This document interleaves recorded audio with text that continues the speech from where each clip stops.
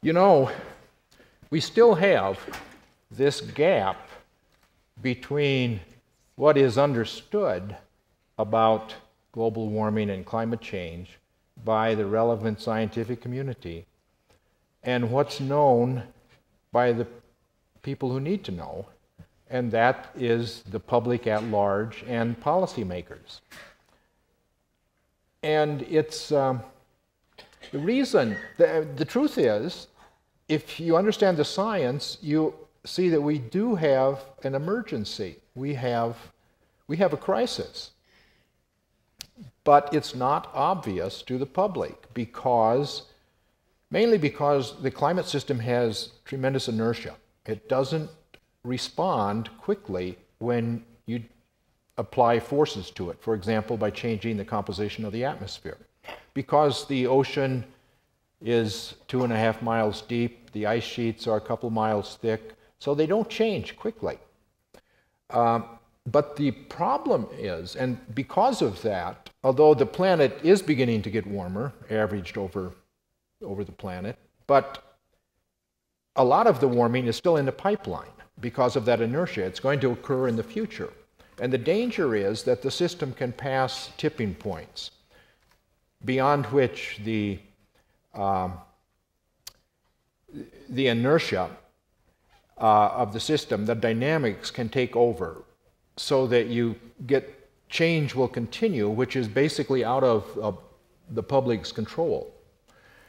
The good news is that it's still possible, I think, to stabilize climate at a level that preserves most of the life on the planet. But that requires that we begin to make changes very promptly. An example of tipping points is the ice sheets. And the main mechanism by which the ice sheets will begin to lose mass rapidly is from the warming ocean. As the ocean melts the ice shelves, the tongues of ice that come out from Antarctica and Greenland into the ocean and buttress the ice sheets, as those disappear, then the ice sheets can discharge ice to the ocean much more rapidly. And you can reach a point where the disintegration begins to happen very rapidly.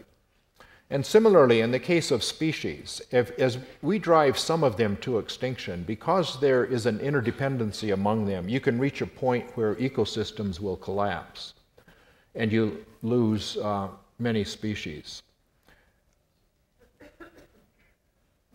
The speed of light, just not, there we go. So, the world is getting warmer. The temperature, even averaged over the whole planet, it fluctuates from year to year. But you can see over the last 30 or 40 years, the planet has been getting steadily warmer, especially if you average over 5 years to take out the El Nino variability, or average over 11 years to take out the solar cycle. Each decade has been warmer than the one before it. And that's going to be true next decade also. The reason we know that, we can prove that, is we now have the ability to measure the heat content of the ocean. Let's talk about tar sands, because that's where a lot of the focus is, and then I want to go into a few other areas to hear your thoughts. Is you brought it up again and again that if we develop the tar sands, game over. And sure enough, Bill McKibben took it on and the campaign began. Can you tell us a little bit, and because some of the critiques I have seen recently is saying, well, on its own, tar sands is not a carbon bomb. But you have again and again said that tar sands, if we develop that, it's game over. So can you tell us what exactly you mean? The total amount of carbon in the tar sands is significantly less than the total amount of carbon in coal, for example. So it's true that by itself, that what the game over is if we decide to go down the unconventional fossil fuel route. That's the first step down that path, and it's an incredibly stupid step because it's so carbon intensive and also regionally polluting, destroying so much of that region in Canada. It simply doesn't make any sense. It doesn't make any economic sense if you just made fossil fuels pay a fraction of their true cost. You just add, we've done modeling adding $10 a ton each year for 10 years. By the time you get to the end of 10 years, in the United States, that would reduce emissions 30%, which is more than 10 times the amount of carbon in the Keystone XL pipeline.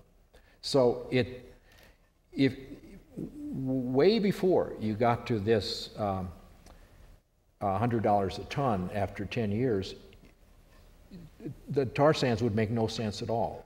And that's what they know. That's why they want so eager to get that pipeline built, because once it's built, it's going to be used. Then they'll be using it. Yeah, right. But it makes no sense.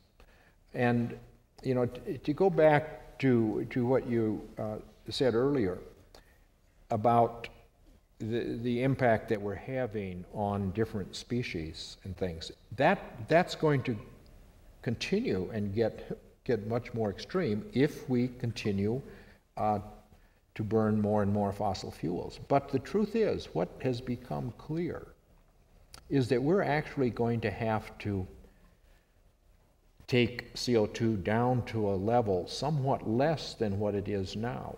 If in order for the ice sheets to be stable, we're going to have to restore the planet's energy balance. And that means that winters are going to have to be cold,